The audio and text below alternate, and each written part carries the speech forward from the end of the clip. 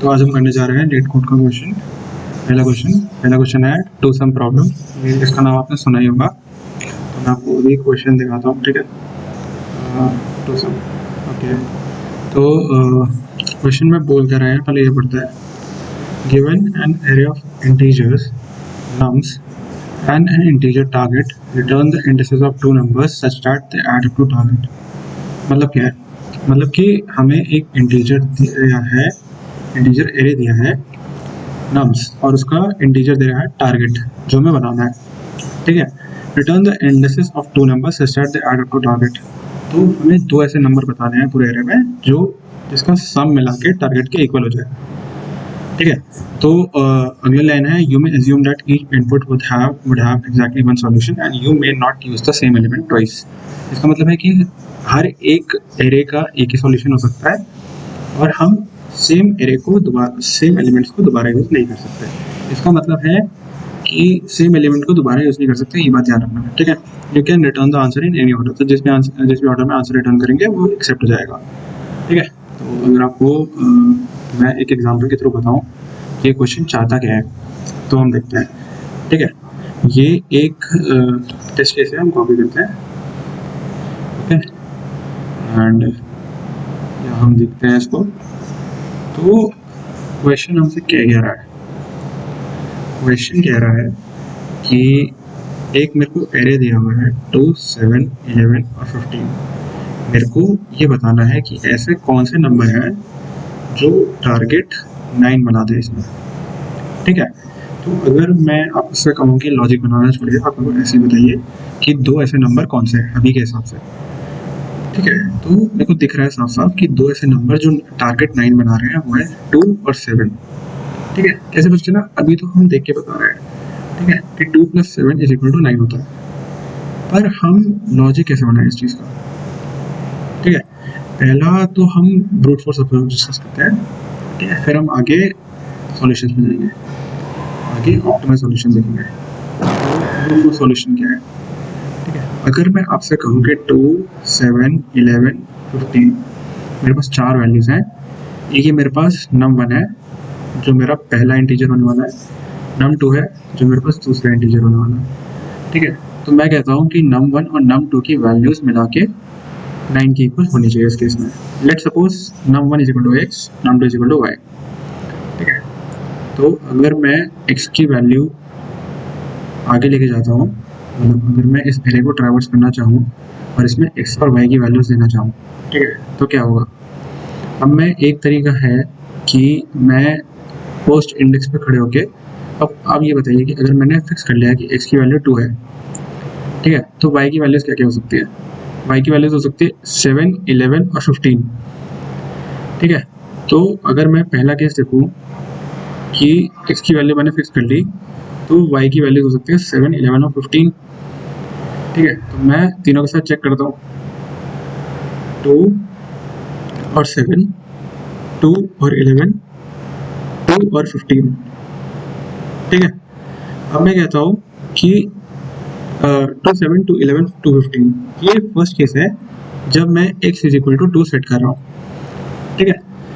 अब मैं कहता हूँ कि x = 2 सेट कर लिया, तो x = 2 में मेरे पास 3 नंबर्स आए। हम ये बेकार की चीज़ें मिटा देते हैं, ठीक है, ये बेकार की चीज़ें मिटा देते हैं। ये तब है जब मेरे पास x = 2 है और y = 7, 11 और 15 है, ठीक है। अब मैं दूसरा पास देखता हूँ, इसमें मैं x की वैल्यू को 7 रख लेता हूँ। तो अब मेरे पास अगर x की वैल्यू दे रखा है कि 7 है, मेरा x यहाँ बैठा हुआ है, तो अगर मेरा x यहाँ बैठा हुआ है,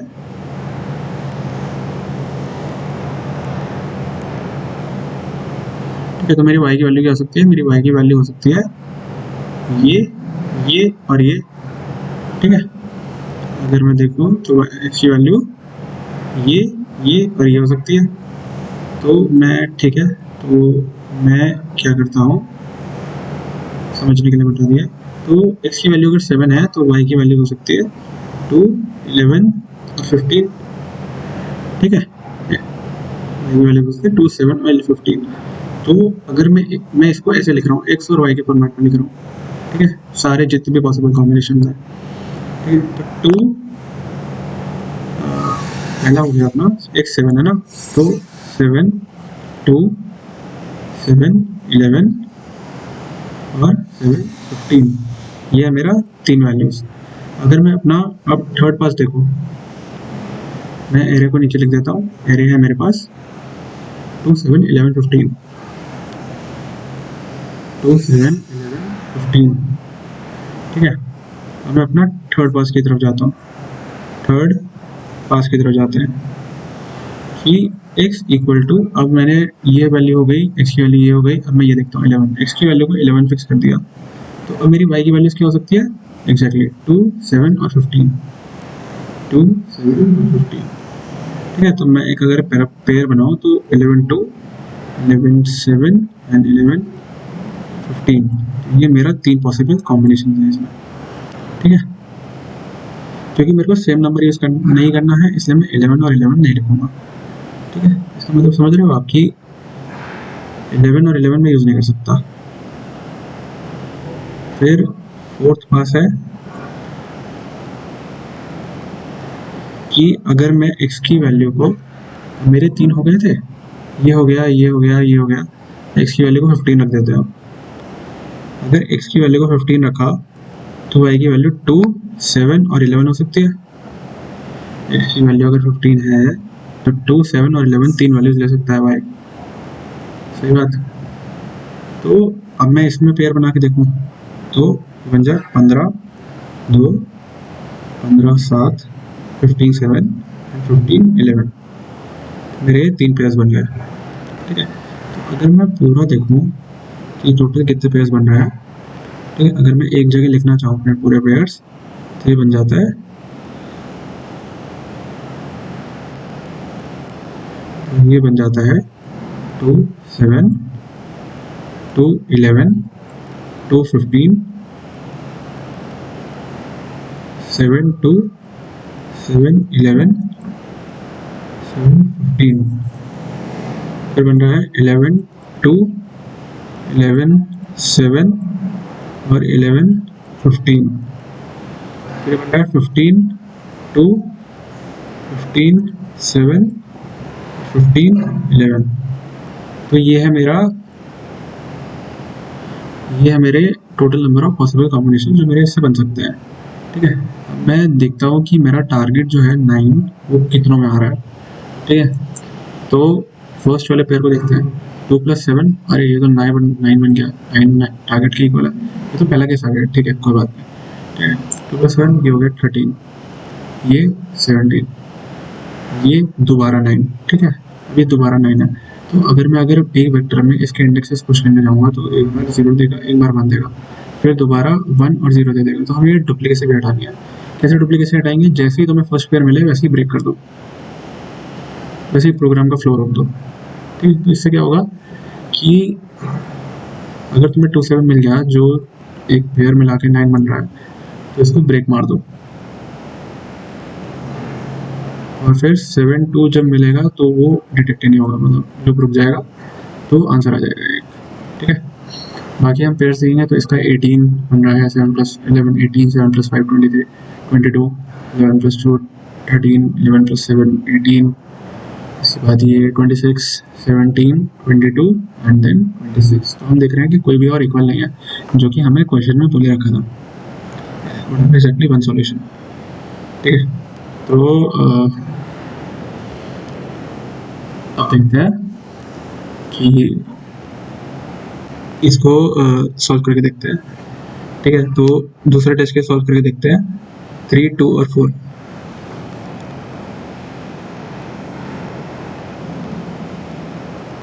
तो अगर 3, 2 और 4 का देखें और टारगेट देखते हैं, टारगेट क्या है इसमें, टारगेट है 6, तो टारगेट 6 बनाना है। तो अगर हम दोबारा वही अप्रोच देखें कि x की वैल्यू फिक्स करके और y की वैल्यू इस पर इटरेट करते हैं, तो x की वैल्यू इक्वल टू 3 और y की वैल्यू क्या क्या हो सकती है, 2 और 4। तो अगर मैं पास 1 देखूं और x की वैल्यू को 3 फिक्स कर दूं, तो y की वैल्यू हो सकती है 2 और 4, नंबर ऑफ पॉसिबल कॉम्बिनेशन हो गए 3 2 से बन सकता है, 3 4 से बन सकता है, 3 और 2 और 3 और 4। ठीक है, अगर मैं पास्ट रो की बात करूं, यानी मेरा अब 3 हो गया है x की वैल्यू, अब मैं x की वैल्यू को 2 फिक्स कर देता हूँ। तो जब x की वैल्यू को 2 फिक्स कर दिया तो y की वैल्यू हो सकती है 3 और 4। तो मेरा ये हो गया 2 3 और 2 4।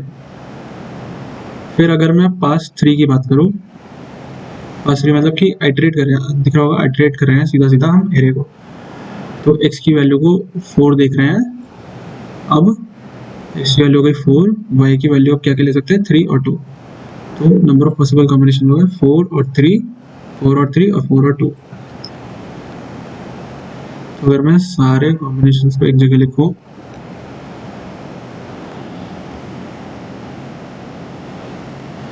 अगर मैं सारे कॉम्बिनेशंस को एक जगह लिखता हूं तो 3 2 3 4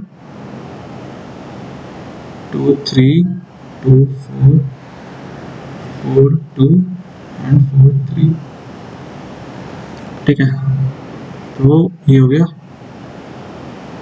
तो इसमें अब हम देखते हैं सबका सम 6 के इक्वल होना चाहिए। टारगेट हमारा 6 है इस केस में।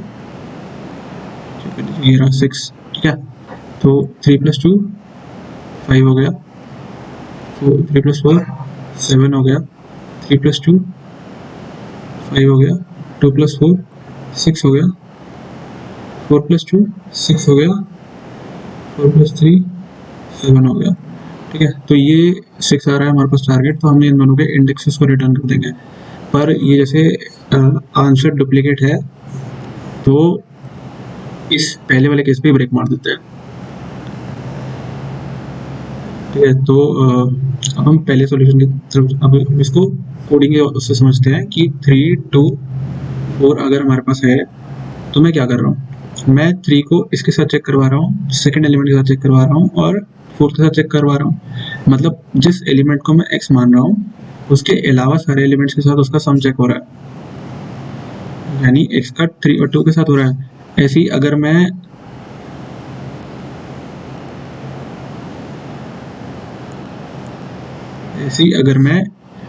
x की वैल्यू को, अगर ऐसे ही मैं x की वैल्यू को 2 करता हूँ तो x के अलावा बाकी एलिमेंट्स के साथ उसका चेक हो रहा है, यानी कि 2 3 के साथ चेक हो रहा है, फिर 2 4 के साथ चेक हो रहा है। तो नंबर ऑफ पॉसिबल कॉम्बिनेशंस जो होंगे वो हमेशा n × n-1 के इक्वल होंगे। ठीक है, तो हो गया। तो अब हम इसको देखते हैं कि मतलब अगर इसका सूडो कोड लिखना चाहें तो डिस्टेंस लेके 3 2 4। तो अगर मैं एक आई पॉइंटर चलाऊं यहाँ से तो मेरा जे पॉइंटर जो है वो भी आई और जे पॉइंटर दोनों यहाँ रखो। ठीक है, तो मैं चाहता हूँ कि वो अपना इंडेक्स छोड़ के बाकियों के साथ चेक करे। तो एक कंडीशन डाल दूंगा कि अगर i = j है तो कंटिन्यू कर दो, क्योंकि मेरे को सेम एलिमेंट यूज नहीं करना है। ठीक है, और बाकी केसेस में क्या होगा कि अगर मेरा एरे का नाम नम्स है तो nums of i + nums of j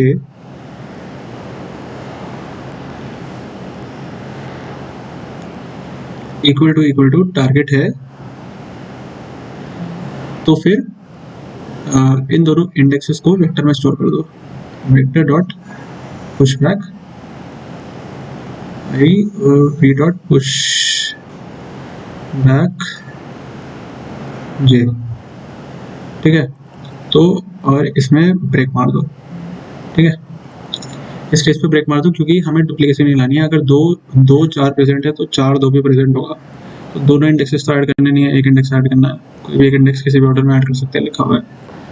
ठीक है, तो अब हम इसको देखें तो अगर इसकी टाइम कॉम्प्लेक्सिटी डिस्कस करते हैं हम, तो वो होगी कि हम 3 to 4 में 3 के लिए बाकी एलिमेंट से आइटरेट कर रहे हैं, तो एक nth एलिमेंट के लिए n-1 बार आइटरेशन हो रहे हैं। तो ये देखा जाए तो n² - n हो जाएगा और O of n² - n को इग्नोर मारा जाएगा, O of n² हो जाएगा इसकी टाइम कॉम्प्लेक्सिटी। ठीक है, तो अब हम इसको कोड करके देखते हैं। ये ब्रूट फोर्स सॉल्यूशन है। तो अगर हम पहले डिक्लेयर करते हैं कि हमारा एक वेक्टर है जो आंसर स्टोर करेगा और एक मेरा इटरेशन है, पहली इटरेशन है, ठीक है। तो j is equal to 0, j plus, ठीक है। तो मैं जीरो से हर को 0 से एंड तक लेके जा रहा हूँ, 0 से एंड तक लेके जा रहा हूँ। तो क्या हो रहा है कि अब मैं चेक करूँगा कि मैंने एक केस बताया था, पहले हम ये केस डाल लेते हैं कि i इज इक्वल टू जे होगा अगर, तो कंटिन्यू कर देते हैं क्योंकि मेरे को सेम एलिमेंट नहीं चाहिए। तो जे कंटिन्यू, ठीक है। एक केस होगा कि nums i plus nums of j equal to target, अगर हो जाए कभी भी, अगर मेरे को सम इक्वल मिल जाए दोनों का, तो मैं दोनों के इंडेक्सेस को answer dot push back and then answer dot push back J, तो मैं दोनों को जो है स्टोर करवा लूँगा, ठीक है। मैं एक फ्लैग बनाता हूँ, ठीक है, जो इंडिकेट करेगा कि मेरा कोई एलिमेंट ऐसे एग्जिस्ट करता भी है एरे में कि जो सम के इक्वल हो, ठीक है। तो अगर मेरा ये एग्जिस्ट करता है तो मैं फ्लैग की वैल्यू फॉल्स कर दूंगा। फ्लैग की वैल्यू फॉल्स हो गई तो फिर मैं अगली बार चेक करूँ, अगर मेरा अगली बार फ्लैग की वैल्यू फॉल्स डिटेक्ट करता है तो मैं चाहता हूँ कि ब्रेक कर दे,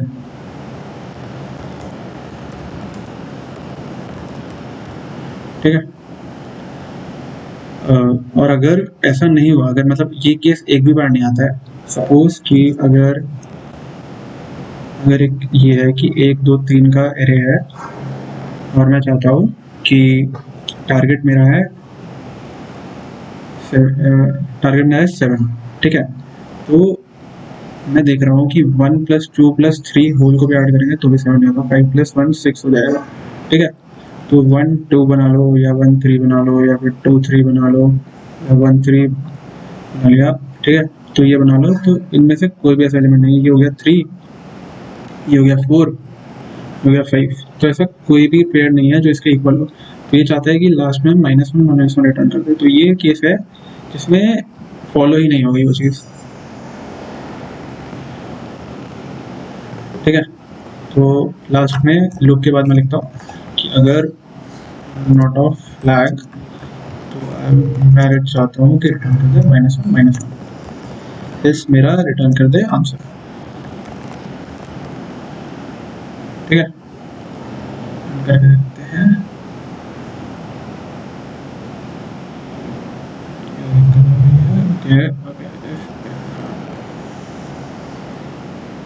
ठीक है। अगर मेरा फ्लैग ट्रू हुआ, यानी मेरा फ्लैग ट्रू हुआ यानी कि एक भी बार वो नहीं आ पाया इसके अंदर, तो फिर वो -1 रिटर्न कर देगा। As we can see run है, ठीक है। तो ये सबमिट हो गया। पर अगर हम देखें तो एक लूप जो है i से n तक जा रहा है, n मतलब नंबर ऑफ साइज तक जा रहा है, फिर एक दूसरा लूप है जो दोबारा सेम इटरेशन कर रहा है, तो इसकी जो टाइम कॉम्प्लेक्सिटी है सोल्यूशन की वो है O of n स्क्वायर, जो कि अच्छा सॉल्यूशन नहीं है, ठीक है। तो अब हम देखते हैं इसका ऑप्टिमाइज्ड अप्रोच, ठीक है। तो अब ये देखा जाए तो सेम एग्जांपल देखते हैं, 2 7 11 50, 2 7 11 50। मैं चाहता हूँ कि टारगेट में स्टोर कर ले 9 के इक्वल होना चाहिए, ठीक है। तो मैं इस केस में एक अनऑर्डर्ड मैप डिक्लेयर करूँगा जो स्टोर करेगा मेरा करंट एलिमेंट और उसका इंडेक्स। तो मैं एलिमेंट और इंडेक्स को स्टोर कर लूँगा, ठीक है, और आइट्रेट करूँगा। आइडिया क्या है इसके पीछे, क्योंकि अगर 2, 7, 11, 15 को मैं आइट्रेट करता हूँ तो क्या होगा, टारगेट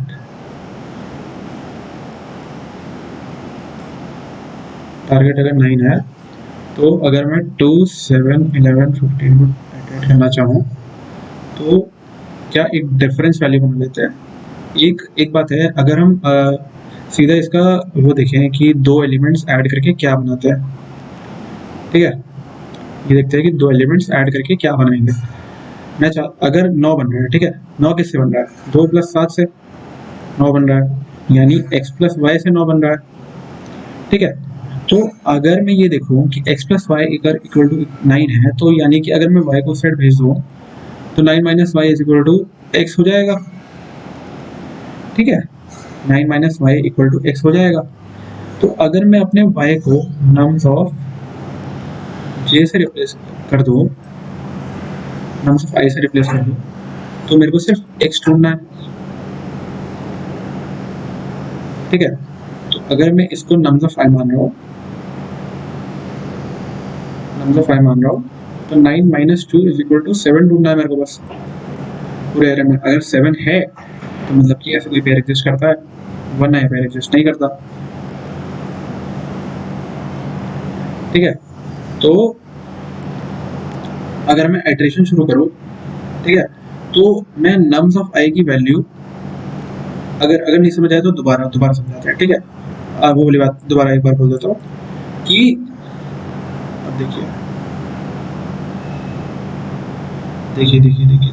जिसको नहीं समझ आया उसके लिए दोबारा बता रहा हूँ, ठीक है। ये भी दोबारा लिख लेते हैं, 2, 7, 11, 15 कलर चेंज करके बता रहा हूँ, अच्छे से समझ आएगा, ठीक है, ओके।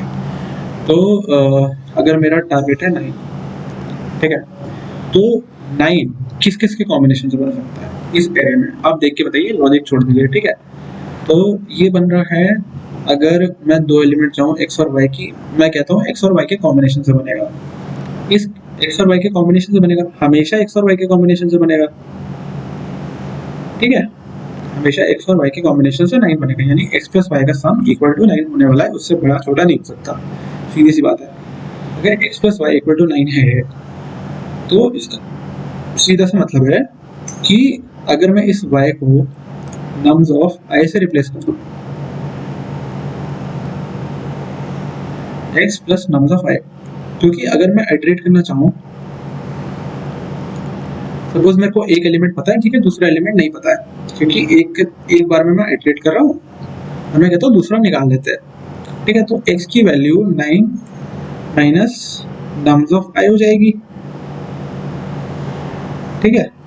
अगर मैं कहता हूँ कि मेरे पास पहला एलिमेंट 2 है, ठीक है, तो 9 - 2 = 7 हो गया, ठीक है। मेरे को बस ये चेक करना है कि दूसरा एलिमेंट एग्जिस्ट करता है या नहीं करता, और ये सबसे अच्छी चीज किससे हो सकती है, मैप से हो सकती है।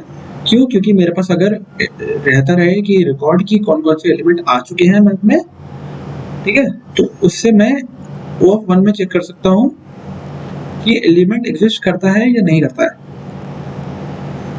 ठीक है।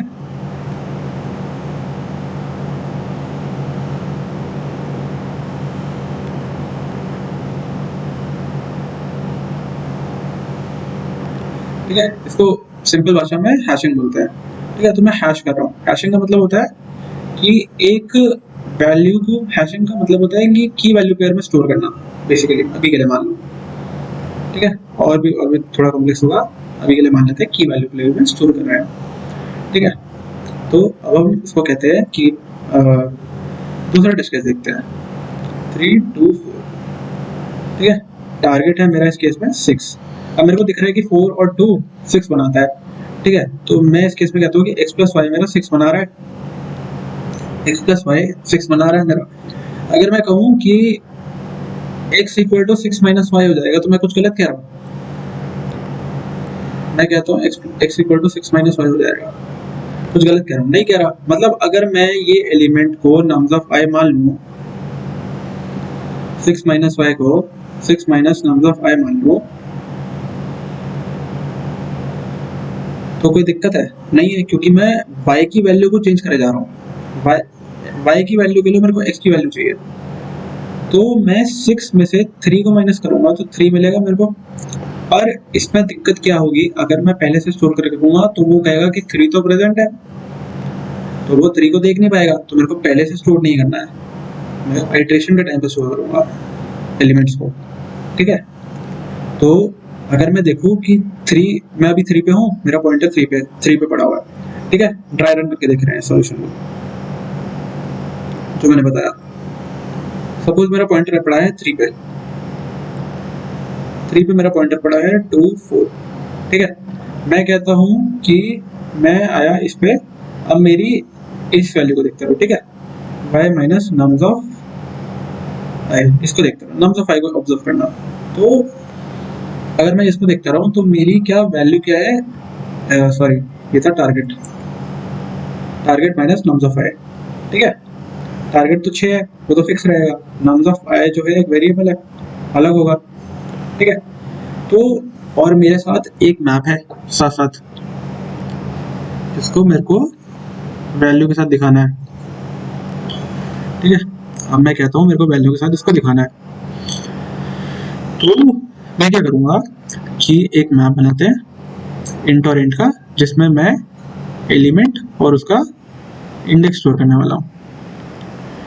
तो अगर मैं 3 पे खड़ा हूँ, मैं बोलता हूँ कि मेरे को यहाँ पे 3 डालना है, तो 6 माइनस 3 इज इक्वल टू 3। ठीक है, लेकिन मेरा मैप तो खाली है अभी, तो मैं अगर इसकी एक रिक्वेस्ट डालूँ कि भाई mpp डॉट फाइंड 3 ढूंढ के लाओ, तो वो कहेगा भाई है ही नहीं, 3 है ही नहीं मेरे पास, कहाँ से ढूंढ के लाओ। ठीक है, तो mpp डॉट फाइंड 3 नहीं मिल पाएगा। ठीक है, पर कोई बात नहीं, हम इसको स्टोर कर लेते हैं, क्या पता कुछ आगे ऐसा मिल जाए। तो इंडेक्स 0 होगा ऑब्वियसली, क्योंकि 0 1 2 0 बेस्ड इंडेक्सिंग फॉलो करते हैं। ठीक है, तो अब मैं जाता हूँ 2 पे।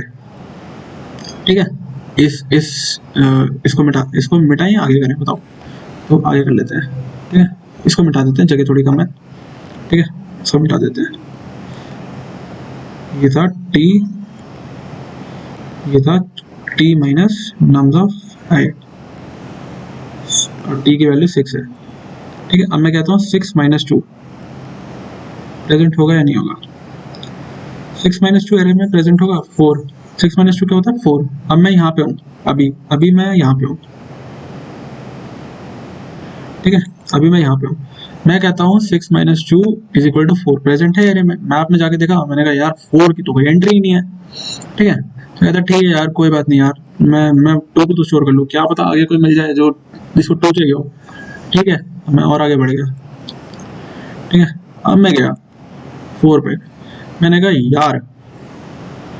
यार अब तू बता कि 6 माइनस 4 तेरे पास है या नहीं है। कहता 2। अच्छा 2 है क्या। ठीक है, 2 मैंने देखा, अरे वाह 2 पड़ा हुआ है मेरे पास। मैंने इसका इंडेक्स ऑब्जर्व किया, क्योंकि मेरे को इंडेक्स डालना है उस मैप में, आंसर वाले मैप में। मैंने इसका इंडेक्स ऑब्जर्व किया, इसका इंडेक्स में लेके आ गया, इसको मैंने डाल दिया x में। ठीक है, इसको मैंने स्टोर कर लिया एक जगह। सपोज मान लो क्या इंडेक्स 1 पे स्टोर कर लिया, इंडेक्स 1 पे 1 स्टोर कर लिया, और इंडेक्स 2 पे कौन सी वैल्यू होगी, जो मेरा 4 है उसकी i की वैल्यू होगी, तो इंडेक्स 2 मेरा i हो गया। तो मेरा जो आंसर है इस केस में आ गया कि ये भी हो गया, ये भी हो गया, तो ये दोनों मेरा आंसर आ गया जो ऑलरेडी हमें दिख रहे थे शुरुआत से। ठीक है, इस अप्रोच की टाइम कॉम्प्लेक्सिटी क्या होगी, क्योंकि हम एक ही बार आइटरेट कर रहे हैं और हम मैप में भी उसी टाइम स्टोर कर रहे हैं, तो इसकी time complexity O of n होगी। स्पेस कॉम्प्लेक्सिटी क्या होगी, स्पेस कॉम्प्लेक्सिटी होगी O ऑफ n, क्योंकि एक्स्ट्रा स्पेस जो है मैप की स्पेस ले रहे हैं एक्स्ट्रा, वो इस केस में ये स्पेस ऑफ n हो जाएगी, क्योंकि हो सकता है कि लास्ट एलिमेंट पे जाके पता चले मेरे को, जैसे अभी पता चला। ठीक है, तो O ऑफ n माइनस 1 मान लो, 1 इग्नोर कर देंगे तो O ऑफ n हो जाएगी। ठीक है, एक और टेस्ट केस देखते हैं, एक और। तो एक टेस्ट केस ऐसा देखते हैं जिसमें ना हो एलिमेंट। ठीक है, तो 1 3 4 टारगेट मान लो मेरा है 6 टारगेट है। ठीक है। अब मैं कहता हूँ कि ये मेरा मैप है, MPP नाम से मेरे को बहुत पसंद है MPP नाम, तो मैं MPP रखता हूँ हमेशा। ठीक है, तो MPP से जीरो बेस्ड इंडेक्सिंग है 0 1 2 3। अब हम ग्रीन ब्लू पेन यूज करते हैं। ठीक है, blue pen white pen use करते हैं। अब मैं कहता हूँ मैं यहाँ खड़ा हूँ,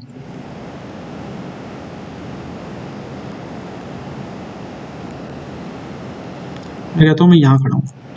ठीक है, मैं यहाँ पे खड़ा हूँ, मैं बोलता हूँ कि भाई इक्वेशन याद रखना वो वाली, टारगेट 6 है, y है, y तेरा नम्स ऑफ i है, 6 minus nums of i, 6 minus nums of i, 2 बार लिखा है, जान के याद रहेगा। ठीक है, target minus nums of i, 1 आ गया। अब मैं 1 पे हूँ तो मैं 1 के लिए टेस्ट कर लेता हूँ भाई, 6 माइनस 1 5 चेक करना है। मैप में गया, मैप कहता है यार मैं खाली बैठा हुआ तब से मेरे को कोई काम ही नहीं दे रहा। ठीक है, तो मैप में देखा, चेक किया तो मैप में एलिमेंट नहीं है, तो मैप में 5th एलिमेंट नहीं है, तो ये कहता है ठीक है कोई बात नहीं, 1 को स्टोर कर लेते हैं, हम सकते आगे किसी को चाहिए हो। ठीक है, तो 1 को स्टोर कर लिया। अब आगे 1 पे गए, आगे 1 पे गए, इसमें दोबारा 1 की वैल्यू डाली, पता चला 5 आया, दोबारा 5 की वैल्यू डाली, इसमें देखा 5 है, 5 नहीं है, कोई बात नहीं, 1 को स्टोर कर लेते हैं, 1 का इंडेक्स अपडेट करके 1 कर दिया। ठीक है, अब 1 पे प्रेजेंट है, कोई दिक्कत नहीं है। ठीक है, अब मैं कहता हूँ कि 6 की वैल्यू क्या डालो, 6 की वैल्यू 3 डालो, कहते 3 प्रेजेंट है मैप में, यार 3 तो है ही नहीं मेरे पास। ठीक है, कोई बात नहीं, स्टोर कर लेते हैं, क्या पता किसी को चाहिए हो आगे। ठीक है, कोई बात नहीं, तो मैं कहता हूँ 3 स्टोर हो गया। अब मैं कह रहा हूँ कि भाई 4 पे चल लेते हैं, मेरा सॉरी पॉइंटर पहले यहाँ आ गया था। ठीक है, अब मेरा पॉइंटर यहाँ पे है, 6 माइनस 4 तो 2 आ गया। यार तुम्हारे पास 2 भी नहीं है, ये मेरा एलिमेंट है, ये मेरा एलिमेंट है, ये मेरा इंडेक्स है। ठीक है, मैं यहाँ देखा, मैंने कहा यार नहीं यार एलिमेंट 2 भी नहीं है। ठीक है भाई, स्टोर कर लेते हैं, क्या पता क्या जरूरत हो, लेकिन भाई आगे तो चाहिए, आगे तो है ही नहीं कुछ, तो जरूरत क्या होगी, किसको जरूरत होगी। ठीक है, तो इस केस में मेरा जो पुश होगा वो होगा -1 कि भाई दोनों नहीं मिले मेरे को तो। ठीक है, सेम इस केस में टाइम कॉम्प्लेक्सिटी होगी ऑफ n, स्पेस कॉम्प्लेक्सिटी होगी ऑफ n। ठीक है, ओके, तो ये मेरा सॉल्यूशन है। अब हम इसको कोड करके देखते हैं। ये मेरा है ये वाला सॉल्यूशन जो ऑफ n है, मैं इसका कोड भेज दूंगा, इसको हटाते हैं। ठीक है, अब हम एक बेटर अप्रोच देखते हैं, क्या बेटर अप्रोच है। ठीक है, पहले मैं एक अनऑर्डर्ड मैप डिक्लेयर कर लूंगा, क्योंकि अनऑर्डर्ड मैप में ही स्टोर कर सकते हो तुम, अनऑर्डर्ड मैप में ही स्टोर कर सकते हो की वैल्यू पे। ठीक है, अब मैं क्या करता हूँ कि मैं बोलता हूँ कि i less than 0, i less than nums dot size तक जाऊंगा, मैं एंड तक जाऊंगा, एकदम ऊपर वाला लूप चलाऊंगा एंड तक, सारे एलिमेंट्स को चेक करूंगा, कौन से मैं वैल्यू डालूंगा ये ऊपर लिख देता हूँ मैं equation, x equal to target minus nums of i। ठीक है, सब में वैल्यू डालूंगा, टारगेट की वैल्यू तो सेम रहेगी, टारगेट की वैल्यू, नम्स ऑफ i की वैल्यू चेंज होती रहेगी। ठीक है, अब ये मेरे को डालना है, तो मैं इसमें ये लिख देता हूँ, इस इक्वेशन को यहाँ लिख देते हैं। ठीक है, मेरे को यही चाहिए, x की वैल्यू चाहिए। ठीक है, और मैं चाहता हूँ कि अगर मैप में वैल्यू है, अगर मैप में वैल्यू है, इसका मतलब है not equal to MPP dot end तक, मतलब कि लास्ट इंडेक्स के बाद वो वैल्यू नहीं आ रही है, कोई रेंज के अंदर ही आ रही है वो वैल्यू। ठीक है, तो मैं क्या करूंगा कि एक मेरा इंडेक्स 1 बना लेते हैं, एक इंडेक्स 2 बना लेते हैं। ठीक है, तो ये आ गया, तो मैं कहता हूँ इंडेक्स 1 है मेरा क्या, MPP ऑफ x, इंडेक्स 2 है मेरा i, क्यों, क्योंकि एक मेरा x का इंडेक्स होगा, एक मेरा नम्स ऑफ i का इंडेक्स होगा। ठीक है, दोनों एलिमेंट्स आ गए। अब मैं चाहे ब्रेक मार दूं इस पे, क्योंकि एक बार चेक हो गया, एक ही एलिमेंट आना चाहिए था, हो गया वो, ठीक है। अब वो वाली बात नहीं करी हमने कि भाई अगर एलिमेंट ना हो, suppose else condition, if condition execute ही ना हो, तब क्या होगा। तो मैंने बोलता ना कि भाई अगर मेरे को नहीं चाहिए, अगर यहाँ पे मैं 6 - 1 करूँ, 5 आ गया, 5 मेरे को नहीं मिला कहीं पे यहाँ पे, तो मैं कहता हूँ कोई बात नहीं, मैं क्या करता हूँ कि एक की वैल्यू को स्टोर कर लेता हूँ, क्या पता किसी को चाहिए हो आगे, ठीक है। तो यहाँ पे स्टोर तो नहीं किया हमने, तो MPP of nums of I equal to I कर दिया, ठीक है। MPP of nums of I equal to I कर दिया। इससे क्या हुआ कि मेरे आगे के लिए स्टोर हो गया कि मेरे को अगर वैल्यू चाहिए तो ठीक है, नहीं चाहिए तो ठीक है, ठीक है। एक फ्लैग बना लेते हैं जो चेक करेगा स्टेटस की वो लाइन एग्जीक्यूट हुई है या नहीं हुई। इसको फॉल्स कर देते हैं, अगर ये एग्जीक्यूट हुआ तो फ्लैग को ट्रू कर देंगे, ठीक है, फ्लैग को ट्रू कर देंगे। अगर मेरा फ्लैग अभी भी फॉल्स है, यानी ट्रू नहीं गया, यानी कोई पेयर नहीं मिला, तो मैं रिटर्न मार देता हूँ भाई -1 ठीक है। लेकिन अगर मेरे को मिल गया है तो मैं आंसर रिटर्न मारूंगा ना यार, समझ आया, आंसर रिटर्न मारूंगा ना। आंसर क्या है मेरा, ठीक है, तो आंसर है मेरा वेक्टर इंट आंसर, क्योंकि मेरे को वेक्टर इंट में ही रिटर्न करना है। अगर ऐसे रिटर्न करूंगा तो मेरे को दिक्कत दे देंगे ये लोग, ठीक है। ऐसे भी रिटर्न कर सकता हूँ ऐसा, इसको कमेंट आउट कर दिया, इंडेक्स 1 इंडेक्स 2, ठीक है। लेट्स सी, कोई दिक्कत तो होनी नहीं चाहिए, होगी तो ठीक है, डिबग कर लेंगे साथ साथ। तो इससे क्या होगा ना, अगर मैं आपको साथ साथ कोड लिख रहा हूँ तो आपको भी समझ आएगा कि क्या क्या दिक्कतें आती हैं, फिर कैसे मैं डिबग कर रहा हूँ, कैसे उस चीज़ को। दिक्कत आई नहीं भाई, हमारा बैड लक है, कोई बात नहीं, ठीक है। सबमिट करते हैं। ओ तेरी, पास हो गया भाई। तो पहले आप देख रहे हो, पहले आपका टाइम ले रहा था 473 मिली सेकेंड, अब टाइम ले रहा है 13 मिली सेकेंड्स। इसका हम लिख देते हैं टाइम कॉम्प्लेक्सिटी। भाई टाइम कॉम्प्लेक्सिटी लिखेंगे अच्छा लगेगा प्रोग्राम को, टाइम कॉम्प्लेक्सिटी भी पता है इसको, ठीक है। तो एन स्क्वायर लिख रहा हूँ भाई, एन टाइम कॉम्प्लेक्सिटी हो गई,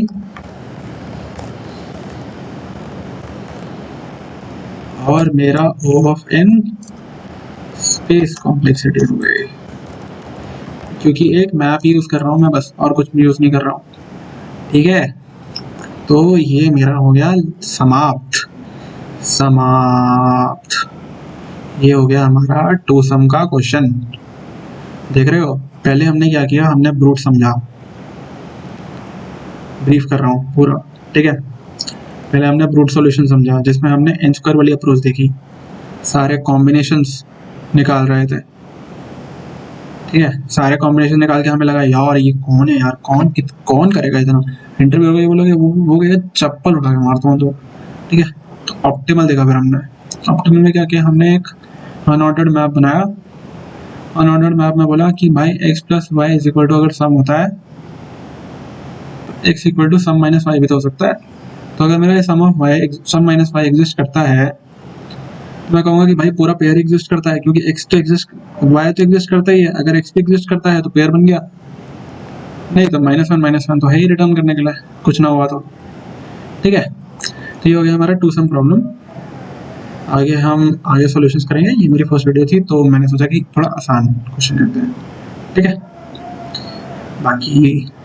ताकि समझ आए, आपके लिए भी आसान होगा, मेरे लिए भी आसान है, ओके। तो होप आपको ये वीडियो पसंद आई होगी। लाइक शेयर सब्सक्राइब कीजिए, शेयर कीजिए, ओके, थैंक यू।